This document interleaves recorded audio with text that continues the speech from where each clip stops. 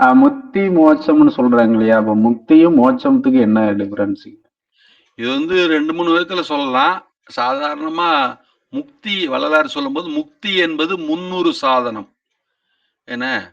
சித்தி என்பது நிலை சேர்ந்த அனுபவம் அப்படின்னு சொல்றாரு. அப்போ வந்து முக்திங்கிறது 300 சாதனம்னு சொல்லப்படுது. அதாவது நம்மகிட்ட 3 விதமான தீ இருக்கு. அதாவது சு சூரிய கலை, சந்திரகலை, அக்னி கலைன்னு 3 கலை இருக்குது. இந்த இந்த 3யும் நம்ம முயற்சி பண்ணி தூய தன்மை அடையிறது முக்தி அப்படின்னு சொல்றோம். அதாவது அதனுடைய முற்றிய நிலை, அத பரிபூரணத்துவமாக ஐக்கியம் செய்த நிலை அப்படிங்கிறத முக்தி, முக்தி அப்படின்னு சொல்லலாம். முத்தி அப்படிங்கிறத சொல்றவங்களும் இருக்கிறாங்க. 3 தீ அப்படிங்கிற அர்த்தத்துல சொல்றவங்களும் இருக்கிறாங்க. ஆனா இதுல ஜீவன் முக்தி அப்படிங்கிறது மெயின் பாயிண்ட்.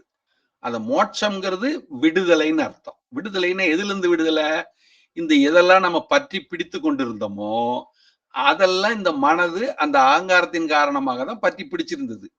அப்ப அது விட்ட உடனே அது தூய தன்மை ஆயிடுது. தூய தன்மை ஆனாதான் அது ஜீவன்ல ஐக்கியமாகறதுக்கான தகுதியை அடைகிறது. இதைத்தான் ரசவாதம் செய்யறது அப்படின்னு நம்ம சொல்றோம். சரிங்களா? அப்ப அது மோட்சம் விடுதலைங்கிறது அந்த கம்ப்ளீட்டா அதுல ஐக்கியமாகிறதுனா பரிசுத்தமாகிறது. அதாவது அதுக்கு எந்த பற்றும் இல்லாம இருக்கிறது. அதுதான் மோட்சம் அல்லது விடுதலை. பந்தத்திலிருந்து விடுதலை அப்படின்னா மனது பந்தத்திலிருந்து விடுதலையான உடனே அது தூய தன்மை அடைகிறது. அதுக்கு வாசனை இல்லாத போகுது. அப்ப அது ஜீவன்ல ஐக்கியமாகுது. ஜீவன் வந்து தன்னை ஈஸ்வரன் அறிஞ்சு கொள்ளுகிறது. அப்படி அறிஞ்சா அது ஜீவேஸ்வர ஐக்கியம் அப்படின்னு அழைக்கப்படுகிறது. இந்த முக்தி அப்படின்னு சொல்லக்கூடிய ஜீவன் முக்தி அப்படின்னா நீங்க இப்ப ஜீவனோட இருக்கிறீங்க. இப்ப இருக்கும்போது ஒரு சாவிகல்ப சமாதி அல்லது நிர்விகல்ப சமாதி இதுல போயிட்டு நீங்க உங்களை ஜீவன் முக்தர்னு உணர்ந்துறது. எப்படி ஜீவன் முக்தர்னு உணர்ந்துறதுன்னா இந்த மனம் ஐக்கியப்பட்டு போன நிலை எப்படிப்பட்ட அனுபவமா இருக்குமோ அது இப்பவே இங்கேயே தெரிஞ்சுக்கிறது. இப்படி தெரிஞ்சுக்கிட்டா அதுக்கு ஜீவன் முக்தின்னு பேரு. ஆனா இந்த உடம்ப என்னைக்கு அதே மாதிரி இந்த ஜீவன் ஈஸ்வரன்ல கடந்து இந்த உடம்போட சேர்ந்து கடந்து போயிடுறீங்களோ அப்போ அதுக்கு விதேக முக்தின்னு பேர். அப்ப ஜீவன் முக்தி விதேக முக்தி. ஆனா மோட்சம்ங்கிறது இந்த ஜீவன் முக்தி ஆகி இங்க இருக்கும் போதே நீங்க விடுதலை பெற்றதை உணர்றீங்க. அப்ப முக்தி மோட்சம்ங்கிறத ஜீவனோட செத்த பிறகு சிவலோகம் அல்ல, இருக்கும் போதே இந்த அனுபவத்துக்கு போக முடியும். அப்போ இது சமாதிங்கிறது நம்ம சாதாரணமா ஜீவனோட இருக்கும் போதே அந்த தூய ஈஸ்வரத்துவ நிலையை வந்து பெற்றவர்கள் நிறைய பேர் இருக்கிறாங்க. அது மாதிரி சித்த வித்தியார்த்திகளும் அந்த தூய தன்மையில உள்நிலையும் புரிஞ்சவங்களா இருக்காங்க, வெளிநிலையும் புரிஞ்சு பாவமுக சமாதியில கூட வந்திருக்காங்க. எப்ப வேணாலும் அவங்களுக்கு ஐக்கியமாகலாம் தெரியும். அப்ப இருக்கும் போதே நீங்க ஜீவன் முக்திய ஒவ்வொரு சித்த வித்தியார்த்தியும் உணர்ந்து கொள்றதுதான் விசேஷ ஞானியாக இருப்பது அப்படின்னு பேரு. அப்ப இந்த ஜீவன் முக்தி இது. அப்ப ஜீவன் முக்தி மோட்சம் ஜீவன் முக்தியிலேயே இருக்குது. அப்போ இந்த ஜீவனோட சேர்ந்து இருக்கிற நிலையிலேயே மோட்சம் பட்ட நிலையே ஜீவன் முக்தி அப்படின்னு சொல்றோம். இந்திரியங்களோட கூடி இருந்தாலும் அது இவங்களை கட்டுப்படுத்தாது. அப்ப அந்த தூய தன்மை அவங்ககிட்ட இருந்து போகாது. அந்த பரிசுத்தமான நிலைமையில அவங்க பரிசுத்த நிஷ்டையில சதா நிஷ்டையிலையும் சதா ஐக்கியத்திலையும் சமாதி போன்ற நிலைகள்ல அவங்களால இருக்க முடியுது. சகஜமா இருக்கும். அவங்களுக்கு அது கஷ்டம் இல்லை. அது ஜீவன் முக்தி நிலை. இருக்கும்போதே ஜீவன் முக்தி பந்தத்திலிருந்து விடுபட்ட நிலை. சாந்த சுரூபமா சாத்வீகத்தோட உச்சபட்சத்துல சுத்த புத்தி தத்துவத்துல அவங்க பியூர் ஹார்ட்டா இருப்பாங்க. அதுதான் துரிய நிலை, துரியாதீத நிலை. அதுங்கிறது அதுக்கு மேல இருக்கிற நிலையாக இவங்களுக்கு ஐக்கியப்பட்ட நிலை குறிக்கிறது. அதுதான் மோட்சம் ஜீவன் முக்தின்னு சொல்றது. சரிங்களா? ஆனா அந்த ஜீவன் முக்தி மோட்சத்தை தாண்டி விதேக முக்திங்கிறது அந்த ஜடம் அதுக்கப்புறம் திரும்பி ரிட்டர்ன் கிடையாது. அதோட ஜடத்தோட இயக்கம் இருக்காது. அதுதான் விதேக முக்தின்னு அழைக்கப்படுகிறது. இப்போ ஜனகர் அங்க ஆட்சி ஆண்டுட்டு இருக்கும் போதே விதேக நாடுனே பேரு ஜனகர் ஒரு நாட்டுக்கு. அவரை அதை ஆண்டு கொண்டு இருந்தார் அப்படின்னா தேகத்தினுடைய உணர்வை அவர் அப்பொழுதே கடந்துதான் இருந்தார் அப்படின்னு. அப்ப இருக்கும்போது நாமளும் தேக உணர்வு கடந்த நிலையில இருக்க முடியும் அப்படிங்கிறது தான் அது விதேக தேசத்து அரசன் ஜனகர் அப்படின்னு சொல்லுவாங்க. ஓரளவுக்கு புரிஞ்சிருக்கும்னு நினைக்கிறேன். கதிரேசன் ஐயா புரிஞ்சுதா? புரிஞ்சுங்க. அப்போ முக்திங்கிறது வந்து இன்னொரு பிறப்பு இருக்குங்களா ஐயா? மோட்சம் அடைஞ்சாதான் பிறப்பு கிடையாது, அப்படி எடுத்துக்கலாங்களா? முக்திங்கிறது இங்க இருக்கும் போதே நீங்க வந்து உங்களுடைய ஜீவனுடைய உண்மைத்தன்மையை உணர்ந்துட்டீங்க. ஓகே ஓகேங்க. மோட்சம்ங்கிறது சாதாரணமா பந்தத்திலிருந்து விடுதலை ஆகிறது தான். விடுதலைங்கிறது பந்தத்திலிருந்து விடுதலை ஆகுதான். முக்தி அடைஞ்சிட்டீங்கனாலே நீங்க மோட்சத்திலும் சேர்த்து தான். மோட்சம் அடைஞ்சதுனால தான் முக்தியும் கிடைச்சிருக்கு. ஓகே, ஓகே, ஓகேங்க. 2ம் கலந்தது தான். மோட்சம்ங்கிறது 2 நிலையே இருக்கு. விதேக முக்தியிலயும் மோட்சமாகிய விடுதலை இருக்குது. முக்தியிலயும் ஜீவன் முக்தியிலயும் இருக்கு. ஜீவன் முக்தி, விதேக முக்தி 2லயுமே உங்களுக்கு மோட்சம் இருக்குது. மோட்சம்ங்கிறது பந்தத்திலிருந்து விமோச்சனம். சரியா? சரிங்க, சரிங்க. ஆ, அது. ஐயா இன்னொன்னு, இப்ப அப்பா சொல்லும்போது எல்லாரும் ஜீவ ஐக்கியம் ஆக முடியும், ஆனா மோட்சம் என்னோட கையில தான் இருக்குன்னு சொல்றாரு இல்லையா? அதுல என்ன அவங்க மோட்சம் மோட்சம் இருக்கிறாரு. எல்லாரும் ஜீவேஸ்வர ஐக்கியமாக ஜீவசமாதி வைக்கப்படும். பட் அவ மோட்சம் அப்படிங்கிறது ஐயா என்னோட கையில இருக்கு அப்படிங்கிற மாதிரி எதை கேள்விப்பட்ட மாதிரி இருக்குங்கய்யா. அதுல அவட அழுத்தம் என்னங்கய்யா? எந்த ரெக்கார்ட்லயும் கிடையாது. செய்வழி செய்தியாக யாராவது சொல்லியிருப்பாங்க. ரெக்கார்டு படி கிடையாது. ரமேஷ் கரெக்டுங்களா? ஐயா கரெக்டு தாங்க ஐயா. ஏன்னா அவர் எந்த இடத்துலயுமே அந்த மாதிரி சொன்னது கிடையாதுங்க. ஒருவேளை அப்பா கூட இருந்தவங்களுக்கு அவர் சொல்லி அப்படி ஐயா சொல்றபடி செவி வழியா வந்திருக்கலாமே தவிர எந்த புஸ்தகங்களையோ எந்த ஒரு குறிப்புகள்லயோ அந்த மாதிரி சாமி எங்கேயுமே எழுதப்படலை. ஏன்னா நித்யானந்த சாமி அவர் வந்து ஈக்குவல் ஸ்டேஜ் அடையிறாரு. அப்ப நித்யானந்த சாமிக்கு அவர் தான் வந்து கொடுக்கணும் அப்படிங்கிறது இருந்து. இன்னொன்னு நான் நேத்திக்கு ஒண்ணு சொன்னேன். ராமகிருஷ்ண பரமஹம்சர் வந்து நான் சாவியை பூட்டி எடுத்து வச்சுட்டேன்.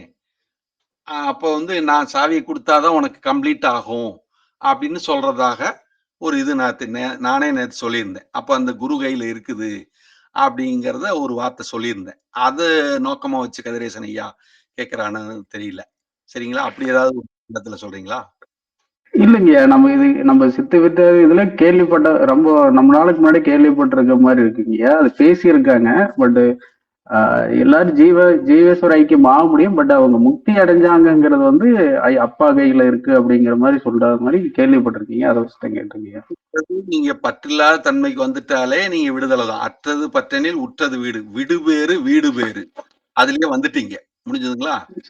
சரிங்க, விடு சரிங்க, உங்களுக்கு வந்துடுச்சு. சரிங்களா? சரிங்க, அப்போ வாசனாசயம் முடிஞ்சு போச்சு. வாசனை தான் காரணம். அந்த பிராப்த கர்மம் முடிகிற வரைக்கும் இந்த உடம்பு வினை போய் திணைப்போதளவும் தேகம் நில்லாது. அப்ப இந்த தேகத்துக்கு ஒரு முடிவு வரும்போது, இயற்கையா வரும்போது மேல போய் ஜீவன் ஐக்கியமாகறதுக்கு ஜீவனோட பாதையை நம்ம சுத்தமா பண்ணி வச்சிருந்து கபம் அடைக்காம இருந்ததுன்னா நமக்கு ஈஸியா ஐக்கியம் கிடைச்சிருது அப்படிங்கிறது அதோட தாத்பரியம். அப்ப சுத்தமான உள்ளமா முதல்லயே ஆயிட்டீங்க. என்ன? சரிங்க, அதுதான் சரிங்க. மோட்ச விடுதலைங்கிற பேரு. அதனால அது வேற யாரும் தனியா கொண்டு வந்து தர முடியாது. அப்படி சாமி தரதா இருந்தா எல்லாத்துக்கும் சந்தோஷமா இலவசமா அள்ளி அள்ளி கொடுத்திருப்பாரு. சரிங்களா? அது எல்லா மகான்களுக்கும் ஆசை தான். எல்லாரும் மேல வந்துரணும் அப்படின்ட்டு. ஆனா அது அவங்கவங்களா தான் மேல வரணுங்கிறனால தான் மகான்களாலேயே முடியல. அதனால ரொம்ப சிரமம். ஐயா மெத்த கடினம். யாரையுமே ஒண்ணும் செய்ய முடியலன்னா, உலகம் ஒரு திருத்த முடியல. நம்ம வேலை செய்யறதுக்கு வேலை செஞ்சா தான் பலன் இருக்கு. வேலைய பார்த்தல்லோ கூலி வைத்தார் இந்த விதம் தெரியுமோ ஞான பெண்ணே! அப்படிங்கிறது அந்தந்த தகுதி இருக்கு. இத வந்து இன்னொரு கோணத்துல நான் லேசா சொல்ல விரும்புறேன் இங்க. அதாவது இந்த இத்தனை மாற்று பொன் தேகம் அப்படின்னு ஒரு கணக்க வந்து வள்ளலார் வந்து குறிப்பிடுறாரு. ஒளி தேகம் அப்படின்னு. இந்திரனுடைய இன்பம் இது அதிகம். அதுக்கு முன்னாடி கந்தர்வர்களோட இன்பம் குறைவு. பிரம்மாவோட இன்பம் அதிலிருந்து இத்தனை மடங்கு அதிகம். இப்படி எல்லாம் சொல்லி இந்த தேகம் வந்து சுத்த தேகமா எந்த அளவுக்கு ஆகுதோ, பியூரிஃபை ஆகுதோ, எப்படி தங்கத்துல பியூரிஃபை சொல்றோமோ, அந்த மாதிரி மாற்று பொன் அப்படின்னு பசும்பொன், சுத்த பொன் அப்படிங்கிற மாதிரி பொன் தேகம் அப்படின்ட்டு அந்த தூய ஒளித்தன்மையை வந்து பியூரிஃபையை வந்து ஜாஸ்தி பண்ணிட்டே போய் சொல்றாங்க. இப்ப மகரிஷி, முனிவர், ரிஷி அப்படின்லாம் சொல்றோம் இல்லையா? ஒரு ஞானி அப்படின்லாம் படிப்படியா ஸ்டெப்ஸ் சொல்றோம் இல்லையா? அந்த மகரிஷி, அந்த தேவரிஷி அப்படிலாம் சொல்றோம் இல்லையா? அந்த ஸ்டெப்ஸ்ல அந்த மாதிரி ஒரு கருத்தை வந்து அவங்க கொண்டு வர்றாங்க. அந்த பரிபூரண நிலையை அடைஞ்சவரு, இன்னும் அதுக்கும் மேல அவரு நான் அடைஞ்ச நிலைய யாருமே அடையவில்லை அப்படின்னு வள்ளலார் சொல்றாரு. இந்த பரிபூரண நிலையை வந்து இதுவரைக்கும் யார் இவன்? யார் இவன்? இவ்வளவு தூரம் உயரமா போறானே யார் இவன்? யாருன்னு வள்ளலார் இதுல கேட்கறாங்க.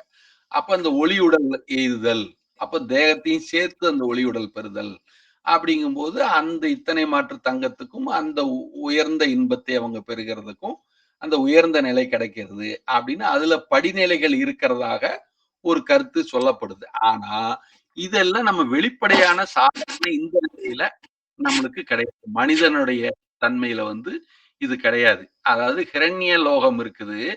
அந்த ஹிரண்ய லோகத்துல இருக்கிறவங்களை அதாவது லாகிரி மகாசயருடைய சீடர் நினைக்கிறேன். அதே மாதிரி பரமஹம்ச யோகானந்தரோட குருநாதர் சமாதி ஆனதுக்கு அப்புறம் இப்ப நீங்க என்ன செஞ்சிட்டு இருக்கீங்க அப்படிங்கிற லிங்க்ல அவர் கேட்கும்போது, நான் அந்த குறிப்பிட்ட இரணிய லோகத்துல இருக்கிறவங்கள மேல அங்க இருக்கிற ஜீவ ஆத்மாக்களை மேல்நிலைக்கு கொண்டு போறதுக்கு, அங்கிருந்து மேல்நிலை கொண்டு போறதுக்காக அந்த இடத்துல தங்கி இருக்கவங்க நான் அடுத்து மேல போறதுக்கு நான் அங்க உதவிட்டு இருக்கிறேன் அப்படின்னு சொல்றாங்க. அதே மாதிரி வள்ளலாரும் ஒரு வார்த்தை சொல்வாரு. வேலாயுத முதலியாரை கேட்டால் மனுஷிய தரத்தில் உங்களுக்கு விளக்கம் தருவார் அப்படின்னு ஒரு கருத்து சொல்றாரு. அப்போ அந்தந்த ஸ்டேஜ்ல தேவரிஷி, அப்புறம் இந்த நரரிஷி அப்படிலாம் சொல்றாங்க. நரநாராயணன்ங்கிறோம். இந்த மாதிரி ஒரு சாதாரண நிலை ஹையஸ்ட் ஸ்டேஜ் அப்படிங்கிறது அது ஜீவனுடைய உள்தன்மையில, ஈஸ்வரனுடைய உள்தன்மையில இருக்கக்கூடியது. அப்ப வேத இதிகாச புராணாதிகள் ஒன்றும் பொய்யல்ல, மஸ்தக ஞானம் வந்து அவங்களுக்கு புரியுது. அந்த நிலையில உங்களுடைய சோல் வந்து கம்ப்ளீட் ஆகிறது. ஆனா சாமி இது எல்லாத்தையும் கடந்து ஒரு வார்த்தை சொல்லிட்டாரு. அதாவது மோட்சம் அப்படிங்கிறது நிர்வாண பதவின்ட்டார், பரிசுத்தம், பியூர்னஸ் அப்படின்ட்டார். அப்ப அந்த பியூர்னஸ் அப்படிங்கிறது கம்ப்ளீட் தான். அதாவது மோட்சம் அப்படின்னா பரிநிர்வாணம் அப்படின்னு அர்த்தம். அப்ப பரிநிர்வாணம்னா ஒன்றுமே இல்லதான அந்த ஒரு நிலை பெற வேண்டும்னு அருணகிரிநாதர் சொல்ற மாதிரி வந்துடுச்சு. அப்ப அந்த கம்ப்ளீட் ஸ்டேஜ் அப்படிங்கிறது அதாவது இதுக்கு மேல ஒண்ணு இல்லை அப்படிங்கிறது தான் அதோட நிலைமை. அதுதான் முக்தி மோட்சம்னு சாமி சூனிய பதவியாகிய ஆனந்தம் சித்திக்கும் அப்படின்ட்டாரு. அப்ப வெட்ட வெளிதனை மெய்யென்று இருப்பாருக்கு பட்டயம் எது கடிகுதம்பாயின்னு சித்தர் பாட்டும் இருக்குது. அது மூலமில்லாத குறிப்பறியும் சரீரம் ஒன்றுமில்லை வெறும் வெட்டவெளி அப்படின்னு அசலமார்க்க பாடலும் ஒரு பாடல் இருக்குது. சரிங்களா? வெளிக்குள் வெளிகடந்து சும்மா இருக்கும் சுகம் துண்டுமல வெம்மாயேற்று வெளிக்குள் வெளிகடந்து சும்மா இருக்கும் சுகம் இன்று வருமோ நாளைக்கு வருமோ அரியனின் கோவை அப்படிங்கிற அங்கேயும் பற்றின் மீது அற்றது பற்றினில் உற்றது வீடுன்னு நம்மால் வரும். அதேதான். அப்ப அந்த பரிசுத்த நிலைங்கிறது தான் நம்மளுடைய நோக்கம் ஒழிஞ்சு அதுல என்ன இருக்குங்கிற ஆராய்ச்சி எல்லாம் வந்து ஜீவனோட இருக்கும் போதும் அனுபவிக்க முடியலாம், தெரிஞ்சு கொள்ள முடியலாங்கிறது அது உள்நிலையில ஜீவனுடைய அறிவு நிலையில. என்ன சாதாரணமா ஜீவனை எத்தனை பேர் வேரியேஷனா இருக்கிறாங்க, எவ்வளவு பேர் திறமையா இருக்கிறாங்க, எவ்வளவு பேர் குறைஞ்ச திறமையில இருக்கிறாங்க, எல்லாம் வித்தியாசம் இருக்கு இல்லைங்களா?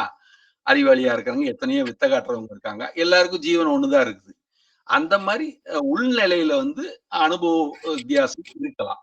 ஆனா அடைஞ்சிட்டாங்கன்னா அடைஞ்ச நிலை வந்து எல்லாருக்கும் ஒண்ணுதான். கம்ப்ளீட்டுங்கிறது கம்ப்ளீட் தான். அதுல ஒண்ணும் சந்தேகம் இல்லை. ஓரளவுக்கு விளங்குச்சுங்களா? விளங்குச்சுங்க.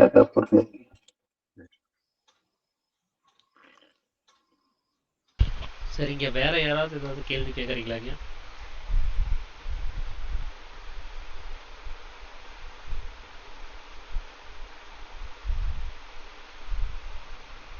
சரிங்க, அப்போ நாளைக்கு வந்து கிருஷ்ண அவதாரத்துல இருக்கக்கூடிய அந்த யோக தத்துவ விளக்கங்களை நாம தொடர்ந்து கவனிக்கலாம். ஜெகதீசன் ஐயா, ரொம்ப நன்றிங்க எங்களுக்கு உங்களுடைய புரிதல்களை பகிர்ந்ததுக்கு. அனைவருக்கும் ஆத்ம நமஸ்காரங்க. சரிங்க, அப்போ நிறைவு பண்றதுக்கு முன்னாடி நாம இந்த உபதேசத்தை வாங்கும் போது ஒரு சத்திய வாசகத்தை முன்னிறுத்தி வச்சு வாங்கியிருப்போம். நான் இன்று முதல் மனதாலும் வாக்காலும் கர்மத்தாலும் சத்தியத்துக்கு விரோதமாக யாதொன்றும் செய்ய மாட்டோம், நிரபராதியான என் ஆத்மாவே சாட்சி அப்படின்னு சொல்லி, அதுல மனசாலும் அப்படின்னு சொன்னா சிந்திக்கிறது கூட அது மனதனுடைய ஒரு வேலையாக இருக்குது. ஒரு சிந்தனை மூலமாக கூட ஜீவசக்தி வெளியில போகுது அப்படின்னு சொன்னா அதுவும் சத்தியத்துக்கு விரோதமான விஷயமாக இருக்குது. வாக்காலும் அப்படின்னா சப்திக்கிறது மூலமாக அகங்காரத்தினால கூட அங்க நமக்கு அந்த ஜீவசக்தியினுடைய ஒரு விரயமானது ஏற்படும் போது அதுவும் சத்தியத்துக்கு விரோதமான விஷயமாவே இருக்குது. கர்மம் அப்படின்னா அது ஜீவசக்தியான வாயுன்னு சாமி சொல்லியிருப்பாரு. அது செயல் அல்ல. கர்மம் என்பது தொழில் அல்ல, அது ஒரு ஜீவசக்தியான வாயுன்னு 8ஆம் அத்தியாயம்னு சொல்லியிருப்பாரு. அப்ப கர்மத்தாலும் சத்தியத்துக்கு விரோதமாக இருக்கக்கூடாது அப்படின்னு சொன்னா நம்ம சுவாசிக்கிறது மூலமாவும் ஜீவன் வெளியில போய் தீர்ந்துட்டு தான் இருக்குது. அப்ப அதுவும் கூட சத்தியத்துக்கு விரோதமானதுதான். அதனாலதான் பாவம் அப்படின்னு சாமி சொல்றாரு. மூக்கின் வழியாகவும் வாயின் வழியாகவும் அனுலோபம் பிரதிலோபமாக அந்த உள்ள இருக்கக்கூடிய தனம் வெளிமுகமாக போய் தீர்வதே பாபம்னு சொல்லியிருப்பாரு. அப்போ புண்ணியோத்கிருஷ்ட சரீரிகளாக இருக்கணும் அப்படின்னு சொன்னா இந்த 3 நிலைமைகள்லையும், அதாவது மனதாலும் சிந்திக்கிறது மூலமாக மனமும், சப்திக்கிறது மூலமாக அகங்காரமும், சுவாசிக்கிறது மூலமாக ஜீவனும் அங்க வேலை செய்யாமல் இருக்கணும். இப்ப ஏற்கனவே ஐயா சொன்னபடி அந்த அகங்காரம் மனதில் அடங்கணும், மனம் ஜீவனில் அடங்கணும், அந்த ஜீவன் ஈஸ்வரத்துவத்தில் அடங்கணும். இந்த நிலைமைக்கு நாம முன்னேற்றம் அடைஞ்சு வரணும் அப்படின்னு சொன்னா இந்த சத்திய வசத்தை காப்பாத்துறதுக்கான அந்த முயற்சிங்கிறது நமக்குள்ளார எப்பவுமே இருக்கணும். நைட்டு தூங்கும் போது பாருங்க, நம்மளால எதையுமே சிந்திக்க முடியாது, எதையுமே பேச முடியாது. சுவாசமானது உள்ளுக்குள்ளாரையே மேலும் கீழும் நடந்துகிட்டே இருக்கும், வெளி சுவாசம்ங்கிறது இருக்காது. அப்போ அதுக்கு காரணம் என்ன அப்படின்னா சமீரணம்னு சொல்லக்கூடிய அந்த கதி தான். அதே கதி தான் தூங்காத சமயத்திலையும் ஆகி தீரணும் அப்படின்னு சொல்றாரு. அப்ப நமக்குள்ளார அந்த சமீரன்கிற கதி வந்தாதான் இந்த சத்திய வசகத்தையும் நம்மளால காப்பாற்ற முடியும். இல்லைன்னா அது வரைக்கும் சுவாசம் மூலமாகவோ, சிந்திக்கிறது மூலமாகவோ, சப்திக்கிறது மூலமாகவோ நாம் இந்த ஜீவனை விரயம் பண்ணி சத்தியத்துக்கு விரோதமான விஷயத்துல தான் இருப்போம்.